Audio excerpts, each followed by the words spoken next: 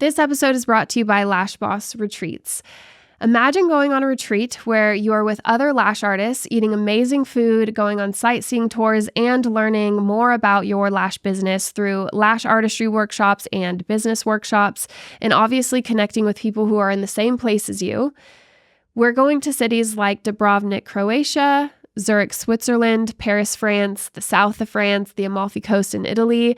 I am so excited to visit these places with a team of lash artists who are excited to grow and push themselves and just see the world.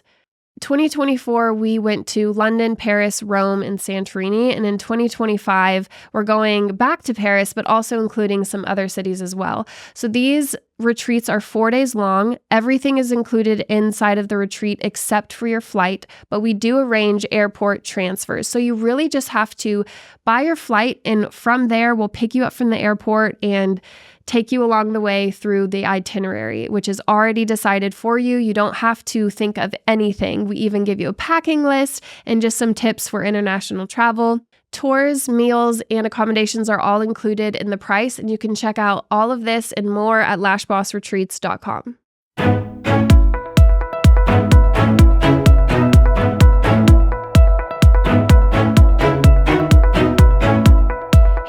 Welcome back to Lash Boss Radio. I'm Shelby, your host, and today I want to talk to you about client retention. I think that this is a super important thing to think about right now as, things are shifting a little bit. Some people are feeling the effects of the economy on their business, and I just want to go back to this topic. I've spoken about it before, but it's something that I think if you can get right, you can better protect yourself during times like this and even just continue to grow your business, especially during good times. So the first thing that I think when I think of client retention is client experience. So I'm always searching for ways to enhance the experience that the client is having when they come and interact with my salon, Pink Lady Lash, here in Austin, Texas. And I have been in the lash industry for 13 years now. The first time I touched an eyelash was 2011. And I know you guys have heard it a million times, like people that have lashed when there was loose lashes or there was only J curl and then B curl, etc. So I'm not going to go there, but things were different back then. But because I have a salon and I am 8 years into having a team and constantly marketing for them and constantly, through meetings or one-on-ones or just interacting with clients in my salon, I feel like I still have to think about client retention, client experience, etc. It's not something that I could say, oh, well, I built my clientele 10 plus years ago, and this is how I did it, and it doesn't apply today. There's so many things that I have done differently or that I still do the same from back then. So I feel like I can contribute to this conversation a little bit. So the first thing when it comes to client experience and trying to just keep that elevated all of the time is just really being aware and almost reading the room with my client. So I try to pick up on cues that aren't just like what they're saying, but what they're doing or how I can imagine they're feeling. So if a client is saying like, oh no, it's great, or oh, I'll just look at my schedule whenever you're trying to rebook them, I feel like some people could take that as like, yeah, it's fine. She just needs to look at her schedule. But I take that as like, no, what's wrong? Because if she really liked that appointment, she would want to rebook right then and there. So I think I'm just always, it's a good and bad thing, I think, to always be thinking about how other people are feeling and thinking themselves. But I'm always trying to read the room and just making sure I'm aware of myself and the experience that they're having. So if something is super loud, or if something's not comfortable, or if something is not looking right or something like that, I feel like those aren't always things that clients are going to speak up about, but they'll think them and feel them, and it just changes the way that they start viewing a place. So if something is consistently a certain way, they may start looking elsewhere for a lash artist or a salon. Specifically in client experience, there's so many touch points that a client goes through when they interact with a business. So think of all of the times, back to that example of saying like, oh no, everything's great or it's perfect. Think of a time that you were getting a service done or you were interacting with a business and you said everything is fine or it's perfect. And how many times did you actually mean that? So I think whenever you actually like something at a business and you actually have a great experience, you write a good review or you keep coming back to that business over and over. If you're not liking those things, you may not voice it, but you just won't come back. So if you are seeing people just not coming back, especially after their first time, it is time to sit and think about like what is actually going on here. So the first touch point I think that a client has with your business is on social media and through website or email. So this is stuff where they're not necessarily talking to you face to face, but they might be talking to you via DM or email or even just like reading online what is there. So they're also interacting through reviews, like reading your responses to reviews. If you have a poor review, are you extremely defensive or unprofessional in your response, or did you handle it professionally and tactfully? So I think that they're just getting a gauge for how you are. So if they heard about you through a friend, they're probably still looking you up on social media and judging a little bit there. They're getting a feel for you. And we do this as humans. We kind of scan the room or look at things, and our mind is like making assumptions about that kind of person. Are they professional? Are they nice? Are they a pushover? Is this a place that like seems super clean, super safe? And so, trying to convey those things through your website, through social media, a lot of times just through images and videos, but also in the way that you speak and conduct yourself starts to become clear even before they've even met you. So you may not even know all of the people that know about your business and chose not to come.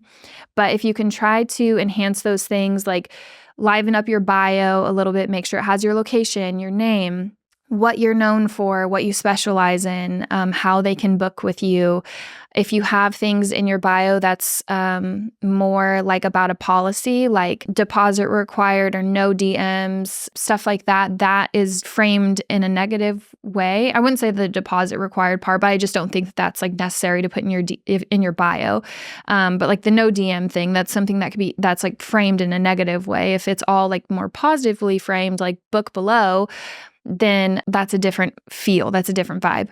So I think that it starts there. That's the first touch point. The second one is when they actually, let's say they call into the business. Let's say they walk in for their first appointment, like whatever that first interaction is like, also put something in their mind about their experience and their first impression.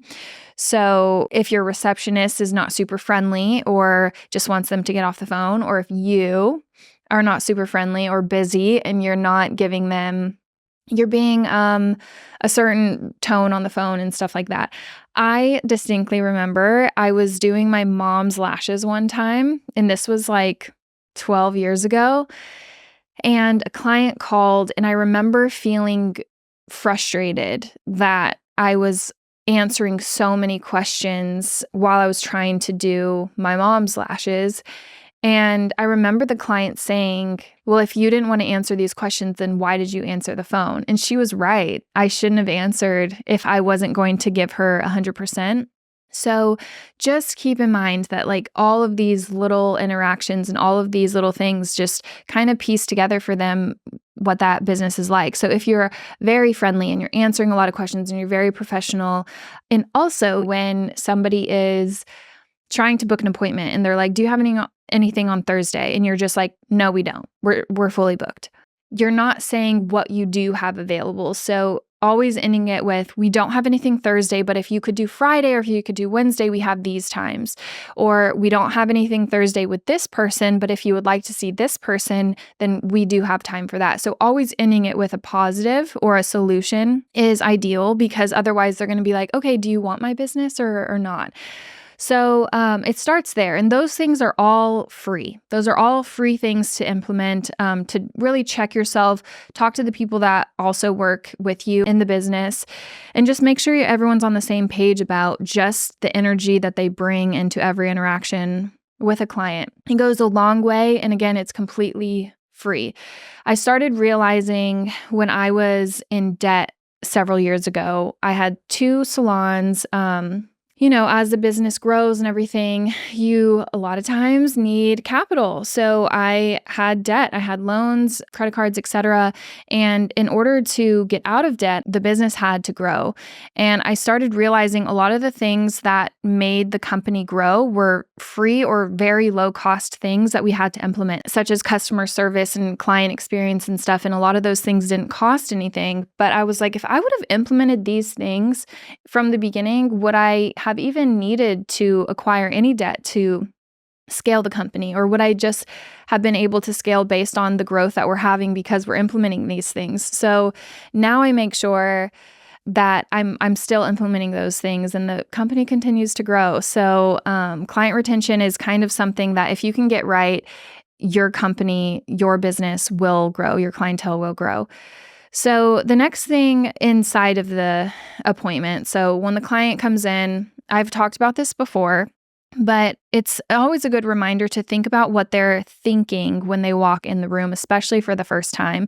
They don't know where they are. They don't know if you're the person that they need to be talking to, or if they've come to the right place, or where to set their things, or if they should use the restroom. Sometimes it's their very first time getting lashes. But it's a good thing to think like this person is maybe uncomfortable. This person maybe needs some guidance. So welcoming them in and being the first person to say hello and say, hi, are you so-and-so? Are you checking in today? Amazing. Like, thank you so much for coming. Or something where it feels like you're excited to see them versus that. I always use this example of the hostess that doesn't care if you live or die. And when you walk into a restaurant and you come and you're with someone and they're just staring at you and they expect you to talk and you're like, hi, just 2 of us tonight for dinner. And it's a completely different experience when the hostess is saying, hi, welcome in. Is it just you 2 tonight? Perfect. Amazing. And it's just different and it costed no money, but it's just a different feel. So being friendly, So when they first walk in, help them understand their surroundings. This also is great if you could have photo or video of the lobby or what that for like when they walk in, like what that feels like, if you can prep them for that in some way, or even if you wanted to send them a personal message or video and give them a photo. Let's say you're in a salon suite and you're back around a corner on the left. What if you sent them a video or photo of like where it is in the building, or just right before their appointment, hey, just a reminder, I'm in suite so-and-so. If you go to the left when you walk in, yada, yada, or I'll be there right when you walk in, something like that. It just helps to lessen that like initial anxiety that some people have. A lot of people have anxiety, especially when they're going to new places. So I think that really goes a long way as well. Okay, so inside of the appointment, things that can really elevate the experience and help people want to continue to choose you over and over again is how you make them feel comfortable, and also that you're conveying that you understand what they want and are prepared for what they want, and you're nice about it. And again, you're friendly about it too. So if you don't feel comfortable staring at somebody face to face, Allie, Lash Anarchist, she had this really great tip that she just takes a photo of the client's face, not necessarily smiling, just kind of like mugshot look. She takes a photo and then she studies that as she's like prepping, and that is how she really analyzes what she should do. Now, with the consultation, of course, you are asking questions about what they're expecting. Do they want to elongate their eye or open it up more? Like, how much do they prefer length over fullness and things like that? But mirroring back what they're saying and just really showing them like, I understand, I've done this a million times. This is going to look great on you. Yes, we can do that. I'll make sure to keep it this way. Just phrases like that so that they feel like, okay, cool. She knows what she's doing. I can relax. Versus if you don't ask any questions at all, or if they just answer a question, you're just like, okay, to every single answer, you're just saying, okay, next question. Okay, next question. They lay down. They're like, I don't know if she really like understood what I meant. And they may be sitting there the whole appointment, just not able to fully relax. And even if it's not like front of mind and they don't actually know that they're feeling this way, it's just something that will contribute to that overall client experience. As opposed to somebody who's feeling like they're comfortable, they like the energy of the person who's working on them, they're excited to see what their lashes look like. The person is very engaging and is teaching them how to take care of their lashes and stuff like that. The consultation was really great, and it just makes somebody feel like comfortable and at home. So that's the feeling that we want people to have. And those, again, cost no money and are really just about you and how you're showing up into that service. So, of course, the next thing is all like hard skill related. So soft skills is all of the things I've kind of just talked about, like your energy, your vibe, your friendliness and professionalism. Those are something that I think can be worked on, but are sometimes harder to teach. And that's why people like just vibe with other people, because that's just kind of how they are. So show your heart a little bit and show how kind you are and friendly you are, and show up as your best self whenever you do every single appointment. And you will probably start to see that your clients will stick with you.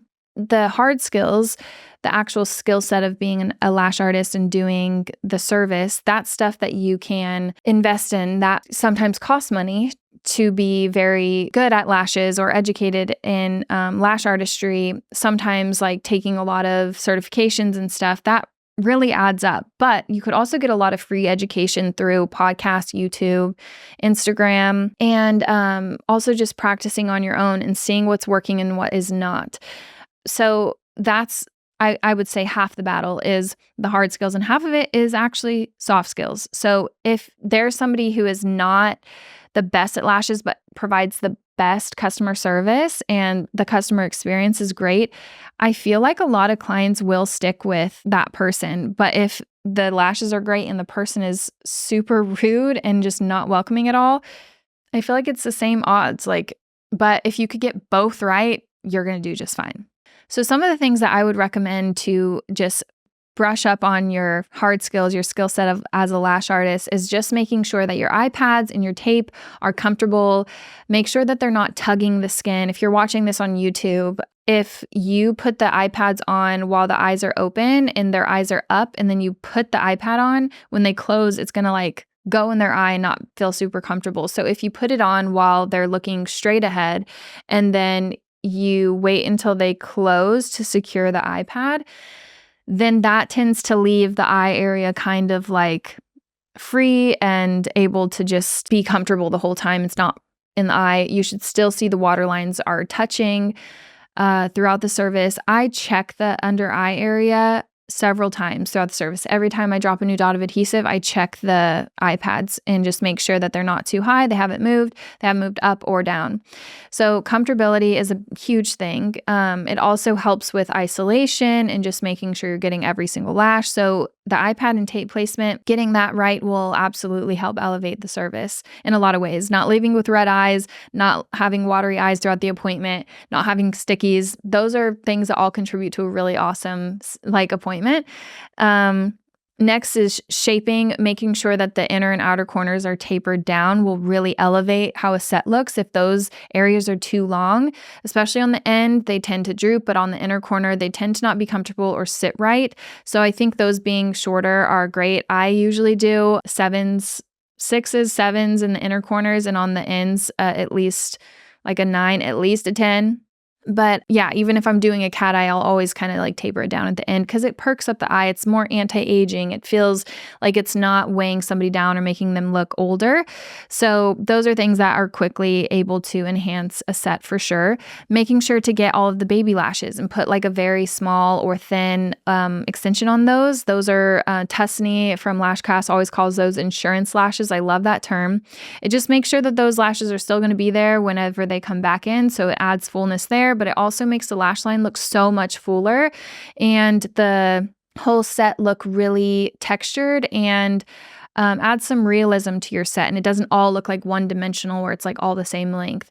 Adding those shorter lashes in there really beef up the lash line. And I also think getting those out of the way as soon as you see them pop up, as soon as you see a tiny lash, go ahead and put a little 6 on that guy, because it'll be easier to get out of the way. And your set will be fuller because you're not fighting with every single time you're isolating. So I love lashing baby lashes.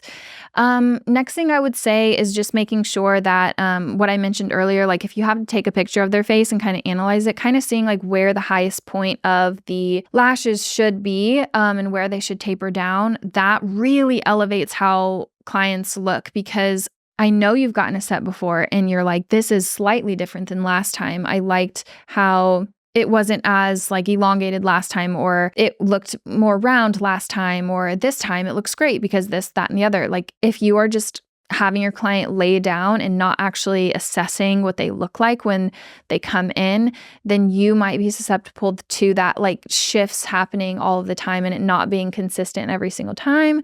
So yeah, I think that that's a great tip, to take a photo, assess it there, or if you are comfortable enough to look them in the eyes and kind of see what's going on. But yeah, I think that those are like some quick tips just for those, the actual skill set of lash artistry. And then overall, just making sure that your room is comfortable, that everything is clean, it looks clean, that the client is the priority at all times. And I feel like from there, if a client doesn't want to continue seeing you, it honestly might just be something like location or financial reasons or something like that, and it's not you. But if you are truly doing all of the above, your client retention will improve, and that is something that should be a constant for you throughout the year, even as things dip down and go back up. I feel like I could go on for days about client experience, so I'll probably do another episode on this as a follow-up. Let me know if you guys enjoyed this episode and you want me to expand on any of these things anymore. Thank you all so much for listening, and I will be back very soon with the next episode.